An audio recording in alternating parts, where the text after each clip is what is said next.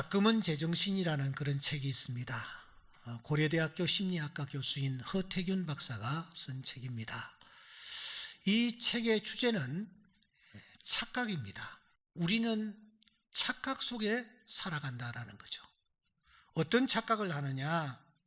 나는 그래도 평균 이상이라는 착각. 나는 사람을 보는 눈이 그래도 있다 하는 그런 착각. 나는 그래도 괜찮은 사람, 좋은 사람이라는 그런 착각. 그 사람과 나는 친하다라는 그런 착각. 나는 처음부터 알고 있었다라는 착각. 내가 나서야 일이 된다라는 착각. 내가 꼭 이 말은 해야 된다라는 그런 착각. 내가 아니면 일이 안 된다 하는 그런 착각. 나는 운이 좋다 하는 착각.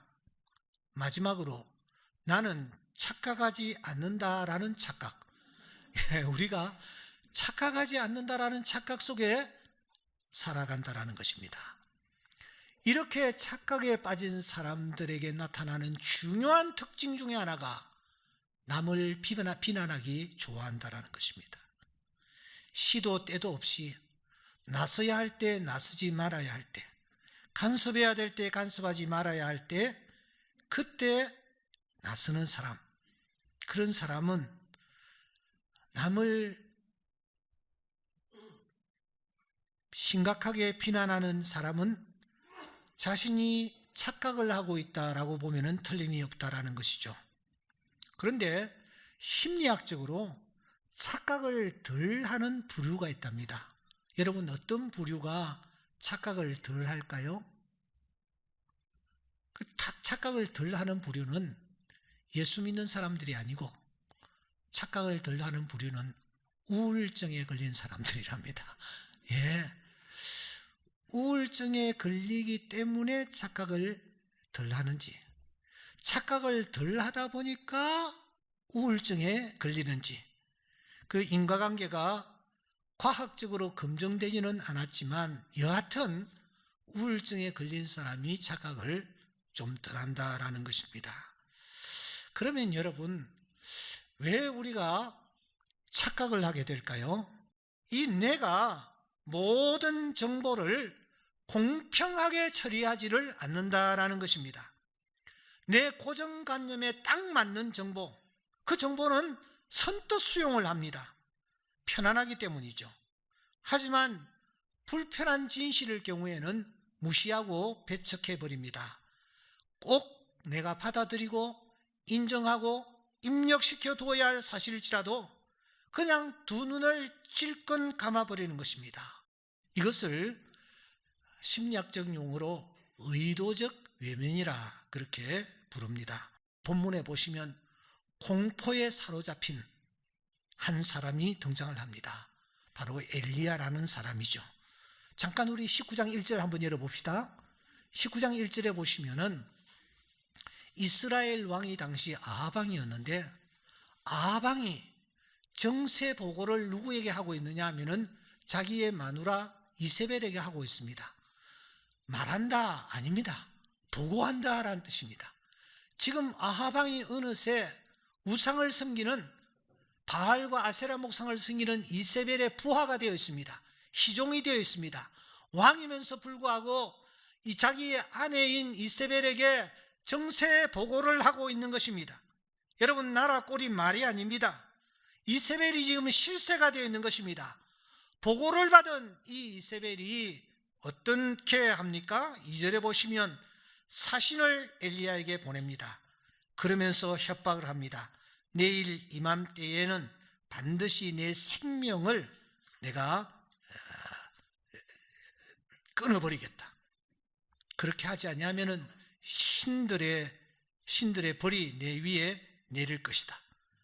이 말을 들은 이 엘리야가 공포에 사로잡힙니다. 3절에 보십시오.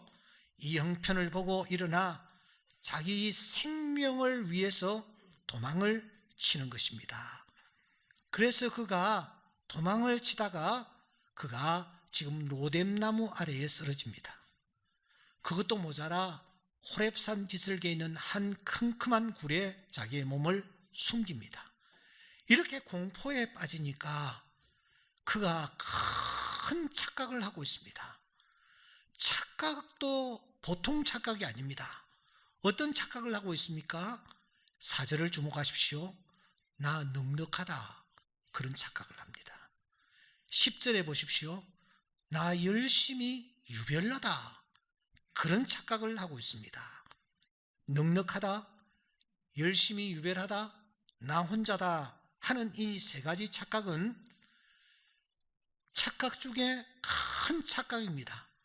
왜냐하면 나 넉넉하다라는 이 말은 자기 자신에 대해서 크게 착각하고 있는 것을 우리에게 보여주고 있기 때문입니다. 자기는 이제 더 이상 아무것도 할 필요가 없다. 나는 충분히 모든 것을 다 했다. 이렇게 자기 자신에 대해서 크게 착각하고 있습니다. 나 열심히 유별나다 이 말은 다른 사람에 대해서도 크게 착각하고 있는 것을 우리에게 보여줍니다. 다른 사람과 자기를 비교해서 나는 그 사람보다 유별하다. 나는 특별히 나는 믿음이 좋다. 나는 경건하게 산다. 하면서 다른 사람을 짓밟아 버리기 때문에 다른 사람을 놓고 그가 크게 자신이 착각을 하고 있는 것입니다. 나 혼자다 하는 이것은 여러분 하나님에 대한 착각입니다. 왜냐고요? 하나님은 절대 혼자 버려두는 법이 없기 때문입니다. 주님께서 말씀하십니다. 요한복음 8장 29절 말씀해 보시면 나를 보내신 이가 나와 함께 하시도다. 나는 항상 그가 기뻐하는 일을 행함으로 나를 혼자 두지 아니하셨느니라. 예수님조차도 하나님은 혼자 두지 않습니다. 그런데 이 엘리야가 무엇이라고 말합니까? 나는 지금 혼자다. 이렇게 말하고 있는 것입니다. 하나님에 대한 착각인 것입니다. 여러분 저를 보세요. 우리는 어떻습니까? 우리는 엘리야처럼 우리 자신을 놓고 착각하지 않습니까? 다른 사람을 놓고 착각하고 있지는 않습니까? 우리는 내가 믿는 하나님을 놓고 착각하고 있지는 않습니까? 라오디게아 교회는 말세를 살아가는 성도들의 어떤 모형이라고 할 수 있습니다. 이 라오디게아 교회를 향하여 주의 사자께서 말씀하십니다.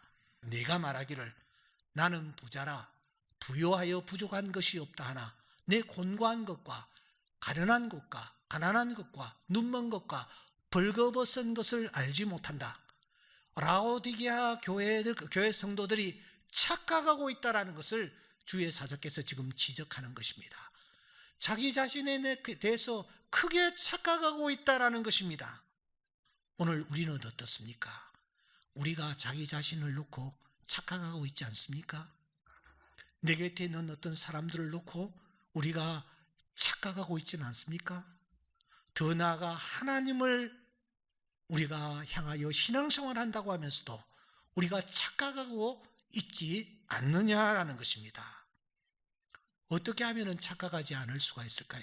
어떻게 하면 나를 향하신 하나님의 선하시고 온전하신 뜻을 우리가 헤아리며 살아갈 수 있을까요?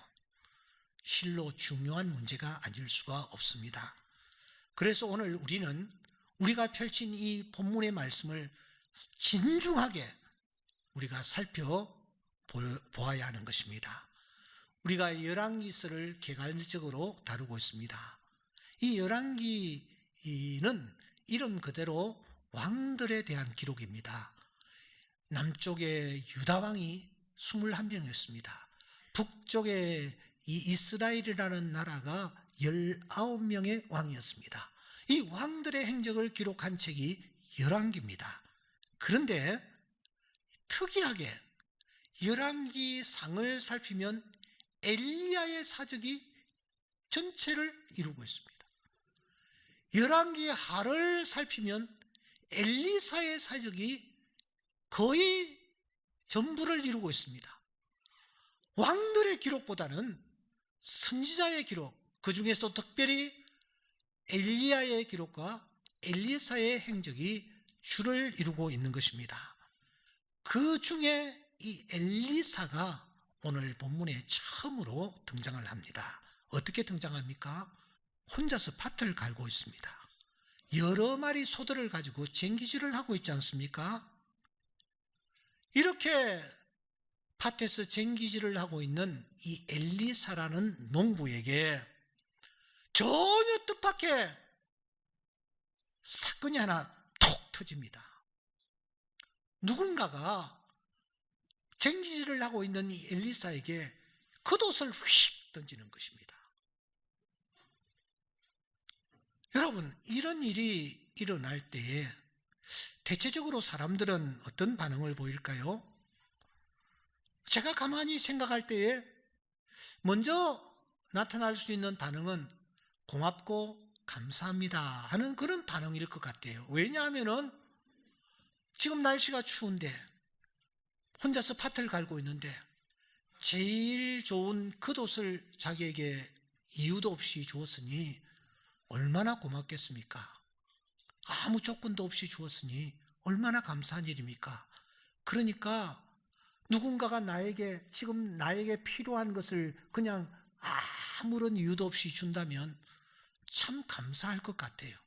그래서 감사한 감정을 가질만 합니다. 두 번째로는 좀 경계와 의심의 반응을 가질 수도 있으려고 생각합니다. 왜냐하면 그 사람이 나에게 한두 푼도 아니고 가정의 가보라고 할 수 있는 옷을 아무 조건 없이 던져줄 때는 뭔가 밑바닥에 어떤 복선이 깔려있는 것은 아닐까? 이것이 혹시 뇌물은 아닐까? 이런 여러분 의심을 할 수가 있는 것입니다. 세 번째로는 버럭 화를 내면서 냉소하는 반응도 있을 수가 있습니다. 아니, 나를 농부라고 무시해? 왜 나에게 이런 것을 줘? 왜 나에게 집어 던져? 주면 곱게 주지? 왜 남은 일하고 있는데 방해하는가? 이런 생각이 들면 화가 날 것 아니에요. 그러니까 이 상황 속에서 엘리사가 버럭 화를 내며 냉소할 수 있다라고 생각합니다. 그런데 여러분, 엘리사는 어떤 반응을 지금 보이고 있습니까? 1번입니까? 아니요. 2번입니까? 그것도 아니요. 3번입니까? 그것도 아닙니다. 1, 2, 3번도 아닌 전혀 뜻밖의 반응을 엘리사가 지금 보이는 것입니다. 20절을 주목하십시오. 이때 이 겉옷을 자기에게로 누군가 탁 던졌을 때에 소를 버렸습니다. 그리고 엘리야에게 달려갑니다. 아마 무릎을 꿇고 청한 것 같아요. 저로 하여금 저의 부모와 입맞추게 하십시오. 이 말은 이부여를 하게 하십시오.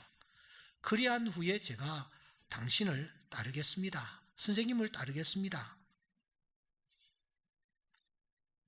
그렇게 반응을 보입니다. 이때에 이 말을 들은 엘리야가 어떻게 화답을 합니까? 여러분이 20절 하반절을 주목하시기 바랍니다. 엘리야가 그에게 이르되 돌아가라. 내가 내게 어떻게 하였느냐? 이렇게 말하는 것입니다. 여러분, 현장에 우리가 없었지만 이때 엘리야가 어떤 모습으로 엘리사에게 얘기했을 것이라고 생각합니까? 그야말로 통명스럽기 그지없는 반응입니다. 돌아가시오. 내가 당신에게 뭐라고 했길래 그런 말을 하느냐고. 착각을 해도 유분수지 어떻게 그렇게 착각을 하느냐고. 지금 엘리야가 엘리사에게 이런 반응을 보이고 있는 것입니다. 돌아가시오. 내가 당신에게 어떻게 행하였기에 당신이 나를 따른다고 합니까?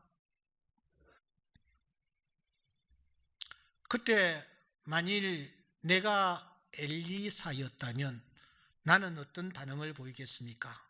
아, 내가 참 착각을 했구나 하고서는 멋쩍은 듯이 예, 아닙니다, 죄송합니다 하고 이 머리를 끄적이면서 다시 삶의 현장 밭으로 가서 쟁기를 잡고 그 밭을 이렇게 일구었을 것이라고 생각합니다.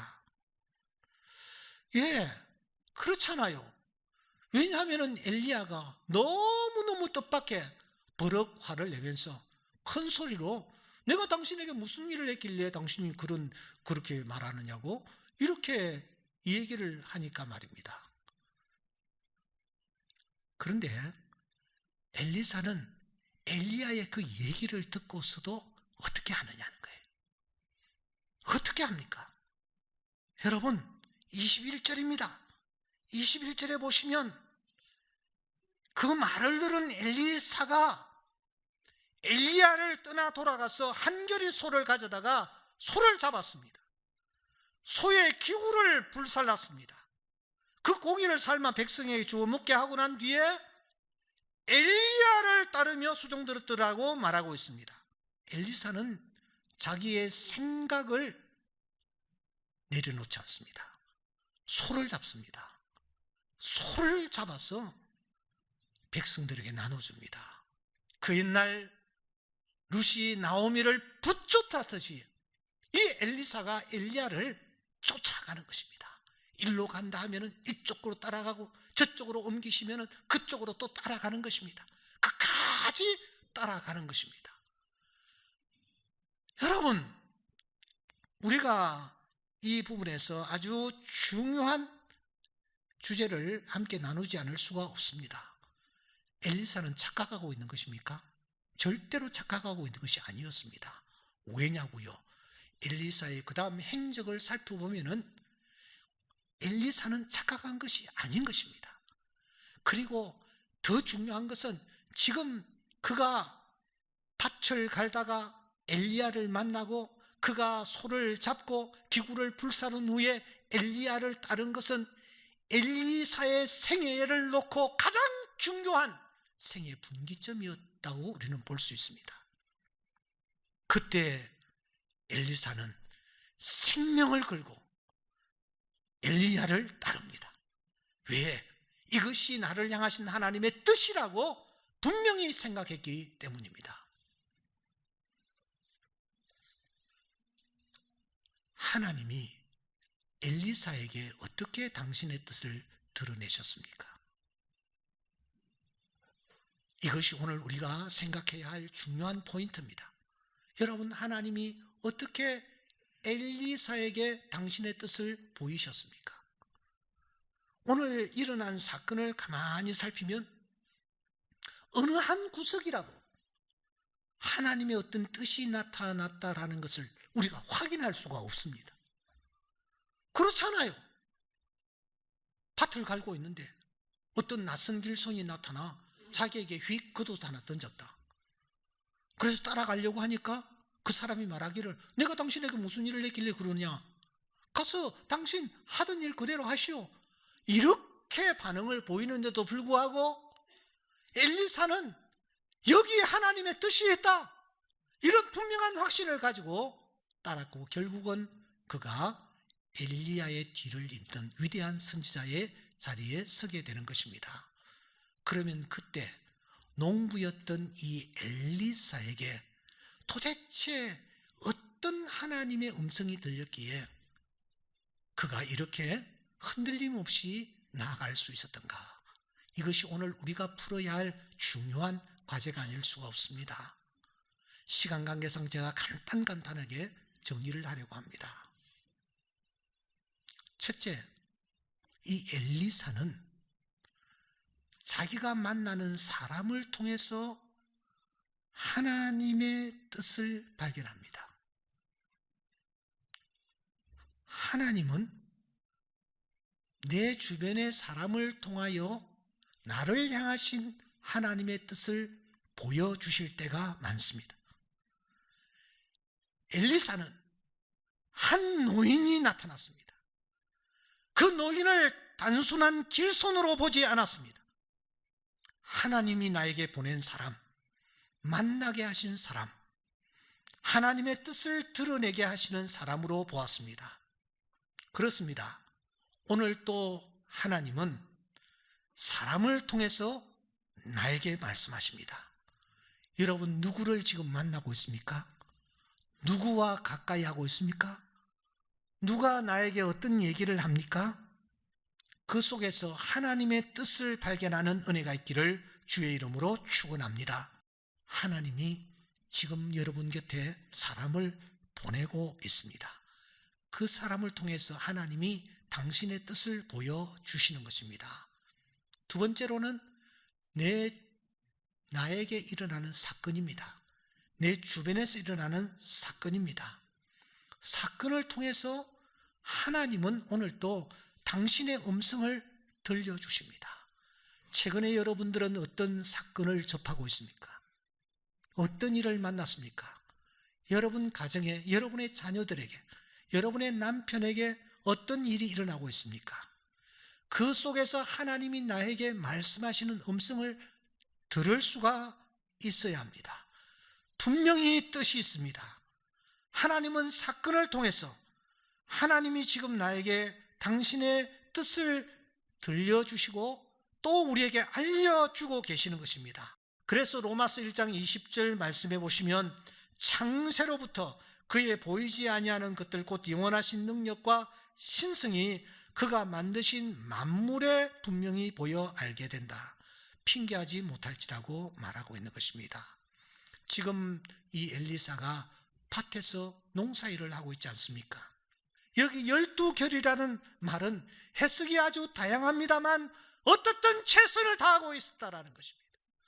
12마리를 끌고 밭을 끌고 있는 것입니다. 집중하고 있다라는 뜻입니다. 사랑하는 여러분, 하나님은 오늘도 말씀하십니다. 일하십니다. 무엇을 통해서 일하시느냐?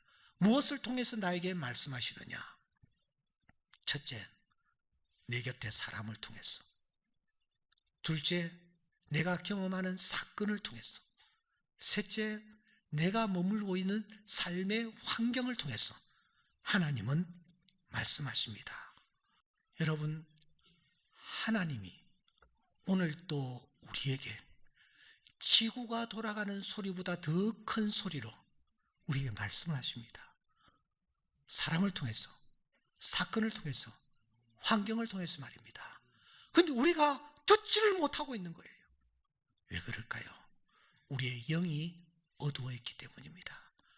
우리의 영이 맑기만 하면 우리는 그 소리를 분명히 똑똑히 듣게 될 것입니다. 이 영이 맑기 위해서 어떻게 해야 합니까? 엘리야는 어떻게 했기에 이 사람을 통해서, 사건을 통해서, 환경을 통해서 말씀하시는 하나님의 음성을 들을 수가 있었습니까? 여러분, 열왕기하 2장 9절에 보면은 이 엘리사가 하나님의 뜻을 발견할 수 있었던 중요한 이유를 여기에서 확인할 수가 있습니다. 다 같이 앞을 바라보시면서 한번 읽어보도록 하겠습니다. 시작.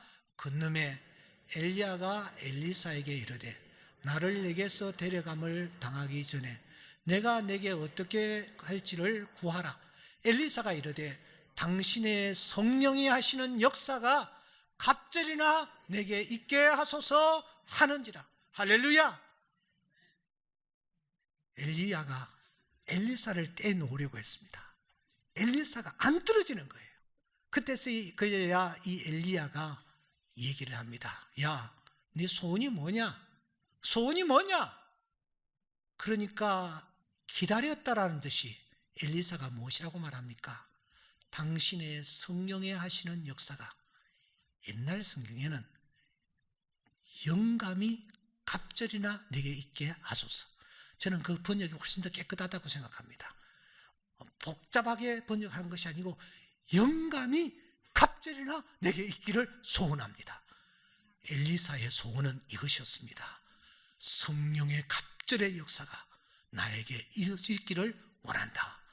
성령을 사모하고 사모했더니 하나님께서 말씀하시는 그 뜻을 정확하게 분별할 수 있었다라는 것입니다. 사랑하는 성도 여러분, 우리 모두 다 이 엘리사의 소원, 나의 소원이 될 수 있기를 주의 이름으로 축원합니다. 엘리사가 영감의 갑절을 소원하면서 따르고 따랐듯이 우리가 주님을 바라보며 나아갈 때에 이 땅에 말씀 오신 주 성령께서 우리에게 영감의 갑절을 허락하여 주셔서 하나님이 우리에게 보여주시는 당신의 뜻을 분명하게 발견하는 하나님의 자녀들이 되게 하여 주실 줄 믿습니다. 나를 향하여 사람을 보내시기도 하시고 사건을 일으키기도 하시고 나로 하여금 현장에 머물게 하시면서 말씀하시는 주의 음성, 그 음성을 따라 착각하지 아니하고 살아가는 주의 귀한 자녀들 될 수 있기를 주의 이름으로 축원합니다.